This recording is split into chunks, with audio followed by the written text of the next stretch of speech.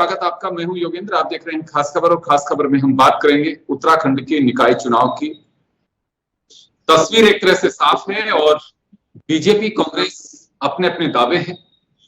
मैदान में यूपीए भी है और अनाउंसमेंट हुआ था तभी हमने बात भी की थी।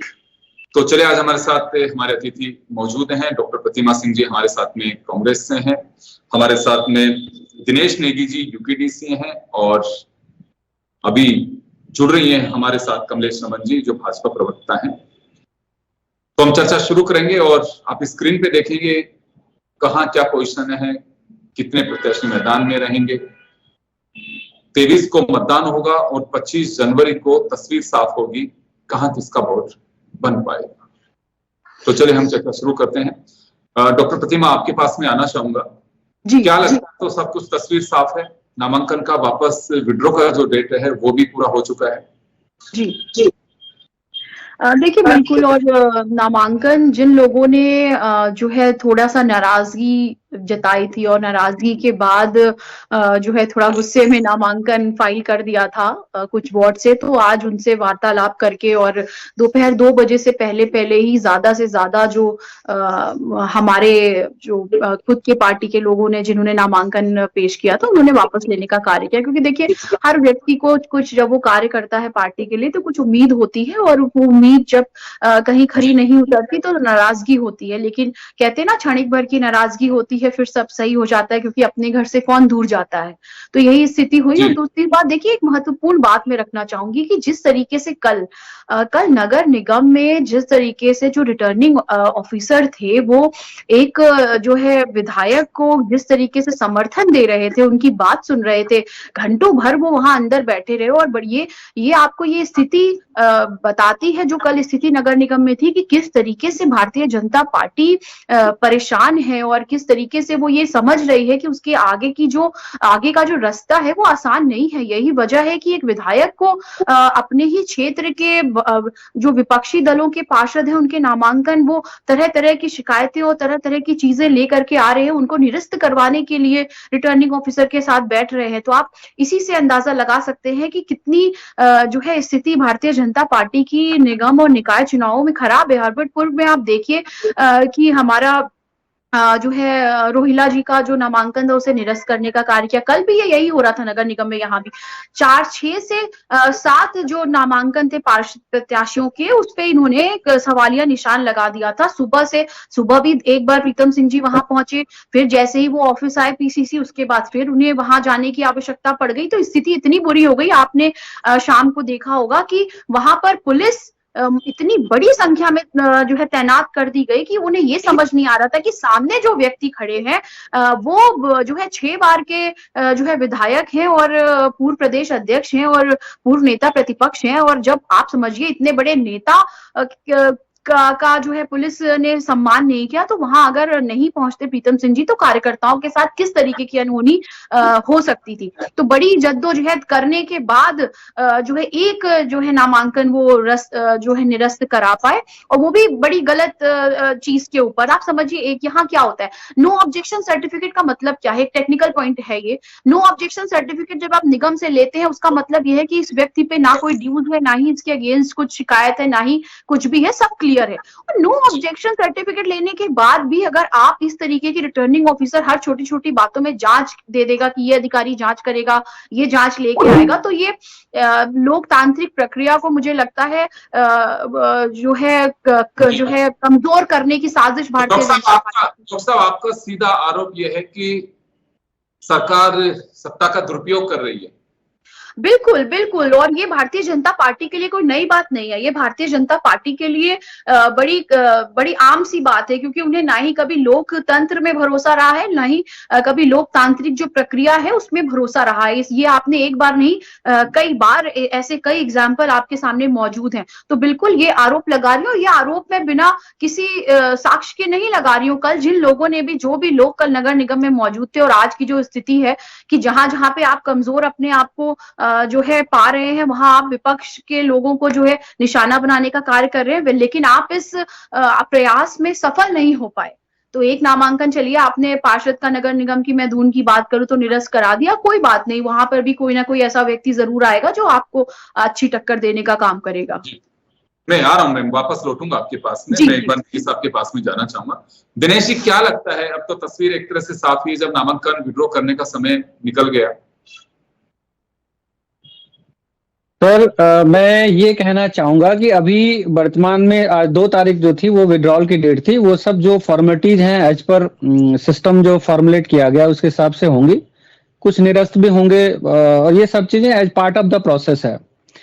मैं निकाय चुनाव के बारे में ये कहना चाहता हूं कि निकाय चुनाव का एक्चुअली अगर आप देखा जाए तो ये कंसेप्ट निकाय चुनाव का होता है, गली मोहल्ले सड़कें, ये स्मार्ट सिटी और जो भी एक आम आदमी से जुड़ी हुई जो चीजें होती हैं उससे इसका रेलेवेंट इंपॉर्टेंस होती है निकाय चुनाव की। वर्तमान में उत्तराखंड में डबल इंजन की सरकार है, ये हम सब जानते हैं। ये भी हम सब जानते हैं कि जितनी भी एजेंसीज है वर्तमान में सरकार की, वो सरकार अपने हिसाब से चला रही है और उसके साक्ष्य भी हमारे पास हैं। उदाहरण के लिए जो निकाय चुनाव होने थे वो लगभग आई थिंक 1-1.5 साल डिले हम चल रहे हैं, ठीक है जी। उसके बाद एक तो हमने डिले किया, उसका कोई हमारे पास क्लियर कट रीजन भी नहीं था, जस्टिफिकेशन नहीं था कि ये डिले क्यों हो रहा है। तो अनफॉर्चुनेटली ये क्लियर कट ये है कि ये जो डिले हुआ है तो कहीं ना कहीं आम इंसान, आम जनता, डेली बेसिस की जो लाइफ है हमारी वो अफेक्ट हुई है। 1.5 साल जो डेवलपमेंट के काम है, कभी आप किसी को इसके हेड बना देते हैं, कभी दूसरे को हेड बना देते हैं। दूसरी बात, फिर एक लिस्ट आती है जो हमारी जो आरक्षित अनारक्षित और जो लिस्ट थी, जो निकाय चुनाव की जो लिस्ट आती है, इसमें भी जानबूझ के सरकार, डबल इंजन की सरकार ने कुछ इस तरह से खाका तैयार किया ताकि डिस्प्यूट पैदा हो। फिर डिस्प्यूट पैदा हुआ क्योंकि इनको पता था कि हमारे पास इलेक्शन हमने ऑलरेडी डिले किए हैं और इसको कोई ऑब्जेक्ट करने वाला भी है नहीं अभी वर्तमान में। तो डिले हुआ, फिर ऑब्जेक्शन आएंगे, फिर हम ऑब्जेक्शन को ठीक करेंगे, इसमें भी समय निकलेगा। समय अब सरकार के पास कोई चारा नहीं बचा तो इनको इलेक्शन कराने पड़े।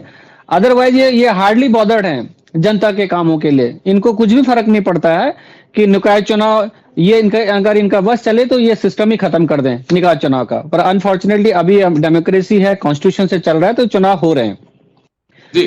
दूसरी बात रही बात कैंडिडेट की। हाँ जी दिनेश जी, ये आरोप जो भी गवर्नमेंट जिस भी पार्टी की होती है उसी पार्टी पे आरोप लगते हैं कि मनमानी करती है, खासकर लोकल बॉडीज और पंचायत राज के जब चुनाव होते हैं तब।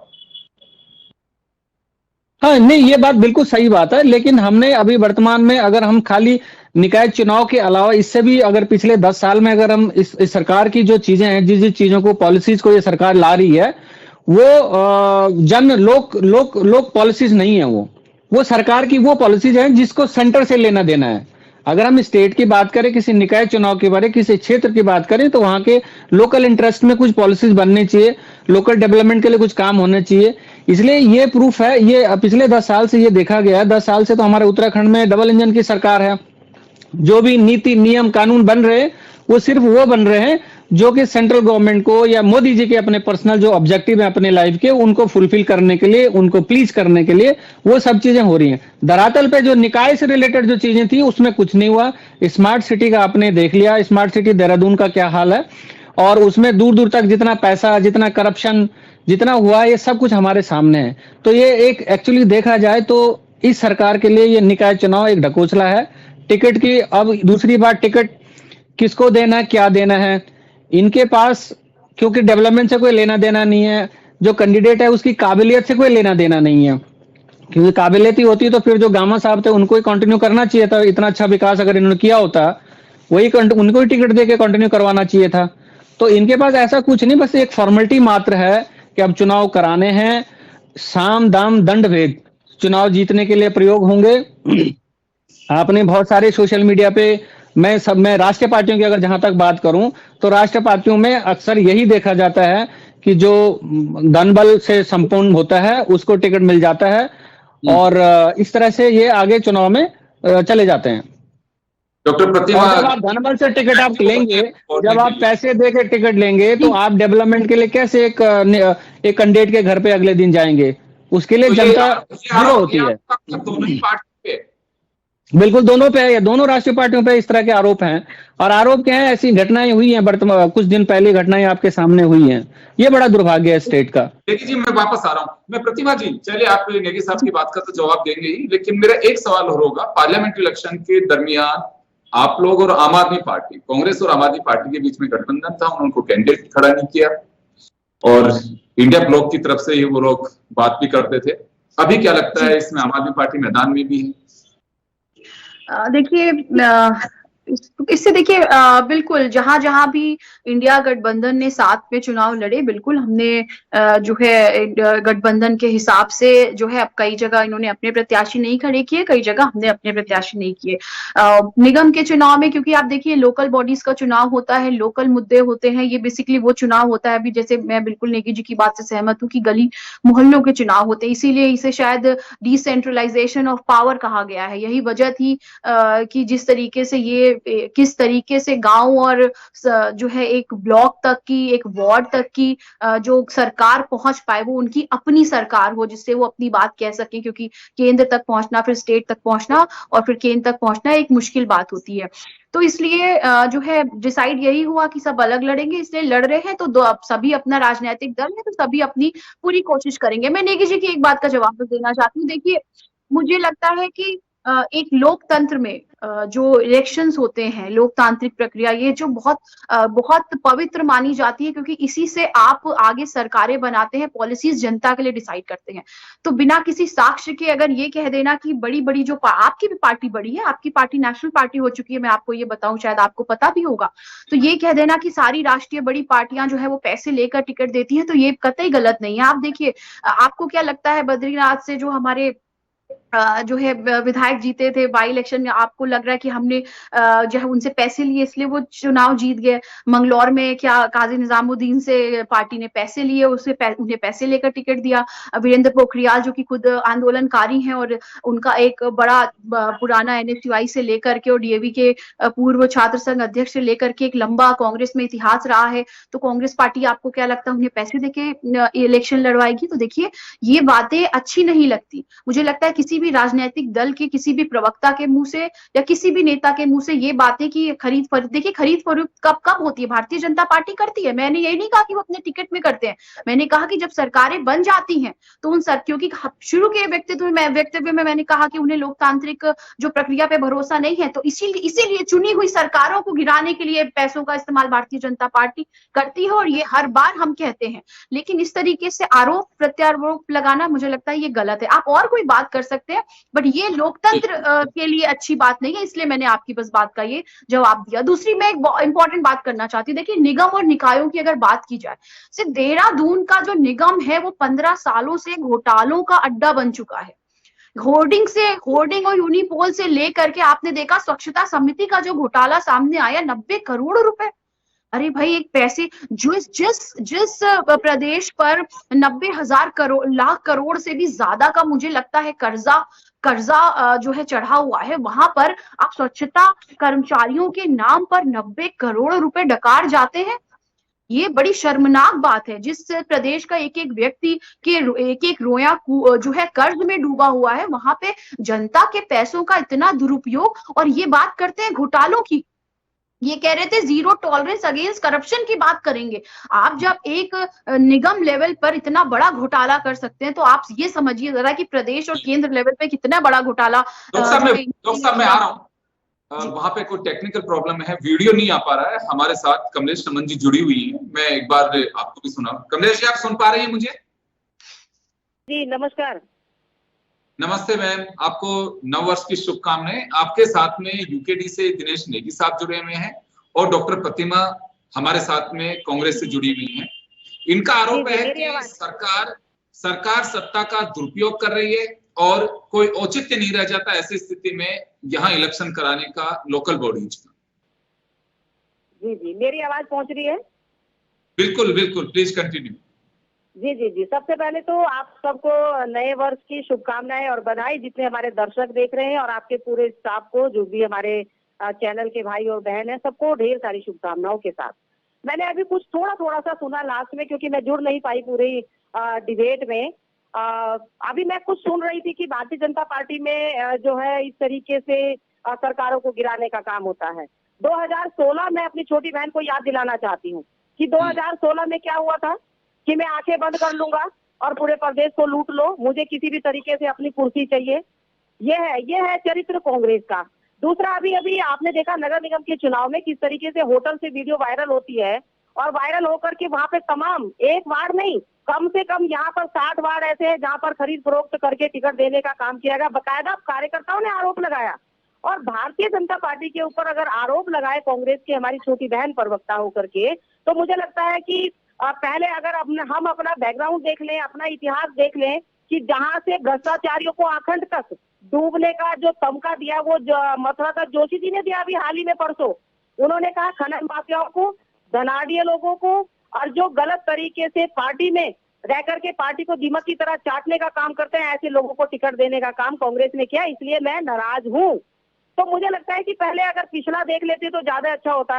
अब रही बात भारतीय जनता पार्टी की, भारतीय जनता पार्टी ने जितने लोगों को टिकट दिया है, देखिए नाराजगी अपनी हो सकती है क्योंकि एक एक वार्ड से, एक एक क्षेत्र से एक की बजाय 10-10 लोगों का एक अधिकार है उनको, क्योंकि वो संगठन में काम करते हैं, संगठन में रह करके उनको पूरी उम्मीद होती है और उनको अधिकार भी होता है कि वो कभी जब उनका नंबर आए तो उनको टिकट मिले। और टिकट तो क्योंकि एक ही को मिल रहा है दिनेश जी, तो मुझे लगता है कि भारतीय जनता पार्टी एक ऐसी पार्टी है जो सबके साथ समन्वय बना करके चलने का काम करती है और तब ये टिकट डिसाइड करती है कि किसको टिकट देना है। यहाँ पर एक होटल के कमरे में बैठ के 5 लोग टिकट को डिसाइड नहीं करते भारतीय जनता पार्टी में, पहली बात। दूसरी बात, जिस तरीके से खरीद फरोख्त का आरोप अगर लगाने का काम किया, तो जिन लोगों ने 2016 में छुरा घोंपने का काम किया था, आज वो नेता प्रतिपक्ष हैं, आज वो वहां बड़े नेताओं में हैं, जिनको पूरे परिवार को टिकट चाहिए, जिनके बेटे को भी टिकट चाहिए, बेटी को भी टिकट चाहिए, तमाम ऐसे लोग कांग्रेस में हैं और कार्यकर्ताओं का शोषण करते हैं और आरोप अगर भारतीय जनता पार्टी के ऊपर लगाते हैं तो मुझे लगता है ये बेईमानी सा होगा। अब रही बात हम चुनाव में किस प्रकार से काम कर रहे हैं, किस प्रकार से हम अपने कैंडिडेट को जिता करके लाएंगे, तो संगठन हमारा इतना मजबूत है दिनेश जी कि हम संगठन को साथ लेकर के चले और संगठन हमारे सभी प्रत्याशियों के साथ में मिलकर के काम कर रहा है। नगर निगम में परचम लहराने की अभी जो हमारी छोटी बहन कह रही थी कि वहां पर इतना घोटाला हुआ, उतना घोटाला हुआ, स्वच्छता समितियों में घोटाला हुआ, तो मैं बता दूं कि जो होर्डिंग का घोटाला है, इनके कांग्रेस के ही नेता है जो होर्डिंग लगाने का नगर निगम में जिनके पास टेंडर है, उनका भी पहले इतिहास खंगालने तो की ये एक बात मैं जरूर समझना चाहूंगा, एक बात समझना चाहूंगा मैं यहाँ पे कमलेश जी आपसे कि ये म्यूचुअल अंडरस्टैंडिंग है करप्शन में भी। आप ये बताइए कि वो नियमों के विरुद्ध अगर ठेका मिला तो कांग्रेस ने कैसे ले लिया, आपकी पार्टी से जो वहां पे बैठे होंगे, तो कैसे गवर्नमेंट अलाउ कैसे किया, और अगर नियमों से लिया गया है तो मेरे ख्याल में रूल्स ये नहीं देखते हैं कि पार्टी का कार्यकर्ता है कि ये आम आदमी है। जी जी जी, देखिए जब टेंडर की प्रक्रिया होती है तो मुझे लगता है कि सभी लोग अपने टेंडर डालने का काम करते हैं, तो जाहिर सी बात है सभी एजेंसी अपने टेंडर डालने का काम करती है, उस टेंडर के तहत ये सारी प्रक्रियाएं चलती हैं। लेकिन जो आरोप लगाने की अगर आप बात कर रहे हैं, भ्रष्टाचार की बात कर रहे हैं, तो 2003 का मैं याद दिला दूं, स्वच्छता समिति में ऐसे ऐसे लोग वर्तमान मेयर ने रख दिए थे उस वक्त, जिस वक्त उनके पूरे परिवार के नाम स्वच्छता समिति में थे और वो लोग सड़क में काम नहीं करते थे। तो घोटालों की अगर आप बात करें तो इतनी लंबी फहरिस्त कांग्रेस की है जो कमलेश जी प्रतिमा जी को सवाल कर रही हैं आपसे। नहीं, मैं देखिए मैं सवाल नहीं कर रही हूँ, मैं सिर्फ उनकी कुछ बातों का जवाब दे रही हूँ। मेरी बड़ी बहन है वो। देखिए अभी जिस भी स्टिंग की वो बात कर रही थी, वो अभी तक स्टिंग है, अभी उस पे काफी जांचें हो रही हैं, अभी तक ऐसा कोई प्रूव नहीं हुआ है। अगर प्रूव हुआ होता तो सुप्रीम कोर्ट से फिर से रीइंस्टेट हमारी सरकार उस वक्त नहीं हुई होती। दूसरी महत्वपूर्ण बात है कि मथुरादास जोशी जी ने जो भी बोला, इस तरीके से तो त्रिवेंद्र रावत जी ने भरे सदन में धामी जी को खनन माफिया कहने का कार्य किया। तो ये मुझे लगता है कि कोई व्यक्ति गुस्से में अगर कुछ कह रहा है, अगर जैसा अभी इन्होंने खुद कहा कि किसी को उम्मीद होती है जब पार्टी के लिए वही व्यक्ति काम कर रहा होता है, और जब वो उम्मीद पूरी नहीं होती है तो क्षणिक भर के लिए व्यक्ति नहीं समझता कि वो अपने मुंह से क्या कह रहा है और क्या नहीं कह रहा है।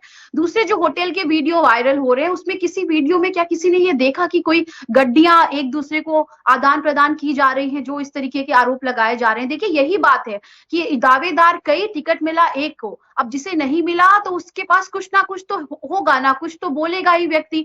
कभी कुछ गुस्से में कुछ बातें, कुछ स्टेटमेंट दे देते हैं, कुछ लोग गुस्से में इस तरीके की बातें करते हैं। अब होटल में बैठकर, अब देखिए एक कमरे में ही बैठकर तो टिकट वितरण होगा, अब कैंप लगा करके तो आवेदन लिए जा सकते हैं। अब कोई पीसीसी में कैंप लगाकर या भारतीय जनता पार्टी अपने प्रदेश ऑफिस में कैंप लगाकर नेताओं को बिठा करके तो मंत्रणा नहीं करती, वो भी कहीं बैठकर 4-5 बड़े नेता बैठते होंगे, प्रभारी बैठते होंगे और बातें होती होंगी और वही टिकट वितरण होता होगा। अब रही बात घोटाले की, कांग्रेस नेता ने किया, ये मैंने नहीं कहा कि भारतीय जनता पार्टी के नेता ने किया, कांग्रेस के नेता ने किया, मैंने कहा घोटाला हुआ। अगर वही, ये तो बात वही हो गई कि आपने टेंडर भरा और आपको पता है आपकी सरकार को कि घोटाले हो रहे हैं, उसके बावजूद भी आप उस पे कंटिन्यू कर रहे हैं। बात यहाँ ये हो रही है, इसका मतलब ये नहीं कि 2003 में जो हमने किया तो हम तभी तो बाहर बैठे हैं, इसमें ये बोलने में कोई गुरेज नहीं है। 2003 में हमने जो किया, आप 2022 में और 2017 में, 2024 में आप वो करेंगे। तो भ्रष्टाचार की बात तो भारतीय जनता पार्टी करती है ना, जीरो टॉलरेंस अगेंस्ट करप्शन। ये कहते हैं कि इनका जीरो टॉलरेंस है करप्शन के अगेंस्ट, लेकिन फिर ये करते क्या है? ये कुछ नहीं करते। इसीलिए देखिए जनता मन बना चुकी है, और ये जो बदलाव है ये आपको निगम और निकायों के जो रिजल्ट आएंगे उनमें पता चल जाएगा। चाहे वो स्मार्ट सिटी के नाम पे जनता को बेवकूफ बनाना हो, चाहे वो सिल्वर लाइन के नाम पे जनता को बेवकूफ बनाना हो, सड़क है या गड्ढे हैं ये जनता को समझ नहीं आते, बारिश में लोग इतने परेशान हो जाते हैं। किस तरीके से केदारनाथ यात्रा के वक्त जो अव्यवस्थाएं थी उनको लेकर टूरिस्ट के साथ साथ आम जनमानस भी परेशान था, ये सब जनता देख रही है। और जवाब मैं एक बार दिनेश जी का भी सवाल ले लेता हूँ। दिनेश जी, आप भी कई चीजें चली हैं जी। सर, मेरा ये कहना है कि भारतीय जनता पार्टी का ये बड़ा दुर्भाग्य है स्टेट का। अगर हम इस स्टेट के कंटेक्स्ट में बात करें, उत्तराखंड के बारे में बात करें, तो भारतीय जनता पार्टी ये जो आरोप प्रत्यारोप है कांग्रेस के ऊपर, जैसे डॉक्टर प्रतिमा जी ने बोला कि अगर उनका जो कार्य करने का तरीका ये जनता को पसंद नहीं आया है 10 साल पहले या 15 साल पहले, तो वो सत्ता से बाहर हैं और इसीलिए जनता ने इतनी बड़ी मेजोरिटी के साथ में भारतीय जनता पार्टी को जिताया था हर लेवल पे, नीचे से लेकर ऊपर। तो इनके डबल इंजन की सरकार थी, उसके बावजूद डेवलपमेंट के काम रुके हुए हैं, निकाय चुनाव 1.5 साल डिले हो गए हैं। अब ये कह रहे हैं कि क्योंकि कांग्रेस ने किया था। मुझे ये बात सुनकर हमेशा इस बात का अफसोस होता है कि इनके पास भारतीय जनता पार्टी के पास कुछ दूसरा जस्टिफिकेशन होना चाहिए। ये नहीं होना चाहिए कि जी आपने किया था, आपने 2016 में सरकार गिराई थी तो फिर हम भी गिराएंगे, हम उस स्टेट में तुमने गिराई थी स्टेट में। ये जो तरीका है ये सिर्फ और सिर्फ इस सब आरोप प्रत्यारोप में जनता का ही नुकसान होता है, और जो एक्चुअली में मुद्दे की जो बातें हैं, जो डेवलपमेंट की बातें हैं, वो नहीं हो पाती हैं। ये बड़ा दुर्भाग्य है, खासतौर पे हमारे उत्तराखंड का, जिसकी कल्पना बाकी स्टेट से बिल्कुल ही अलग थी। जी चलिए, मैं कमलेश जी, आपने सुना अभी नेगी जी को भी और प्रतिमा जी को भी? जी जी जी देखिए, अभी हमारे यूकेडी के भाई अभी कह रहे थे कि ये हमारे उत्तराखंड का या जनता का दुर्भाग्य, ये तो आप जो जनता, प्रबुद्ध जनता जो वोट दे रही है, ये तो आप उस जनता का अपमान कर रहे हैं ये कह करके कि दुर्भाग्य है। क्या आपको नहीं लगता कि इतने वर्ष में कुछ तो ऐसे विकास कार्य हुए होंगे जिनको आप कह सकते हैं कि हाँ ये अच्छा काम हुआ होगा? या एक भी काम नहीं हुआ भारतीय जनता पार्टी में इतना अच्छा? या सब कांग्रेस ने बहुत अच्छा किया जिन्होंने कहा कि हम आंखें बंद कर लेंगे और पूरे प्रदेश को लूट लो? तो मुझे लगता है कि भारतीय जनता पार्टी ने जो ऐतिहासिक निर्णय लेने का काम किया, जो योजनाएं घर घर तक पहुंचाने का काम किया, वो जनता देख करके ही वोट करती है। अभी हम जो 2 उपचुनाव जीते हैं विधानसभाओं में, तो वो प्रदेश की प्रबुद्ध जनता ने वोट दिया। ये तो आप बार बार ये कह करके कि हमारे प्रदेश का दुर्भाग्य है, भारतीय जनता पार्टी सत्ता में है, तो ये तो आप जनता का अपमान कर रहे हैं। वो वोट दे रही है। और अभी अब इस वर्ष जो हमारी मिनी सरकार बनेगी, नगर निगम की जो हमारी सरकार बनेगी, नगर पालिकाओं की बनेगी, नगर पंचायतों की बनेगी, तो मुझे लगता है वही प्रबुद्ध जनता है जो वोट देने का काम करेगी। और ये वोट हमेशा सोच समझ करके देते हैं। जब लाइन में हमारी प्रबुद्ध जनता होती है तो वो ये आकलन करती है कि किसने पहले क्या किया, कौन किसने बाद में क्या किया, और अब कौन क्या नया करने वाला है, और ये सोच करके जनता वोट देने का काम करती है। और जनता को पूरा भरोसा है पुष्कर सिंह धामी जी की सरकार के ऊपर। जिस तरीके से महिलाओं को यहाँ 30% नौकरियों में आरक्षण देने का काम पुष्कर सिंह धामी जी ने किया, यूसीसी यहाँ पर सभी समान वर्गों के लिए लाने का काम किया, जहाँ युवाओं को पलायन से रोकने के लिए जिस तरह की योजनाएं लाने का काम पुष्कर सिंह धामी जी ने कहा। अभी क्या आप बताएं, हमारी बहन कह रही थी कि स्मार्ट सिटी में घोटाला, क्या आपको पूरे शहर के अंदर ये नहीं दिखाई दे रहा कि कितनी चौड़ी सड़कें बन गई है, कितने अच्छे तरीके से पहले कितना जाम, कई घंटों का हम जाम झेलते थे, आज कम से कम हम बहुत सुचारू रूप से हमारी गाड़ियां पूरे शहर के अंदर चलती हैं। ये इनको सिर्फ घोटाला नजर आता है विपक्ष को। कभी ये भी एक बार कहे कि हाँ ऐतिहासिक निर्णय कुछ तो लिए होंगे ना धामी जी ने, या बिल्कुल भी 10 साल में हमने कोई काम अच्छा किया नहीं है कांग्रेस की नजर में, जनता की नजर में तो अच्छे काम हो रहे हैं, लेकिन शायद विपक्ष की नजर में अच्छे काम नहीं हो रहे। दिनेश जी मुझे ऐसा लगता है। कमलेश जी मैं रोकना चाहूंगा। डॉक्टर प्रतिमा, मैं आपके पास में नहीं पहुंच पाऊंगा क्योंकि समय का अभाव है, समय हो चुका है। ये अभी तो आपके 23 तारीख तक जब वोटिंग होगी इसके 2 दिन पहले चुनाव प्रचार का शोर थमेगा, तब तक मैं कोशिश करूंगा कि 2-3-4 बार अपनी मुलाकात जरूर होगी सभी की। तो चलिए, उत्तराखंड में बिगुल बजा हुआ है, तस्वीर साफ है।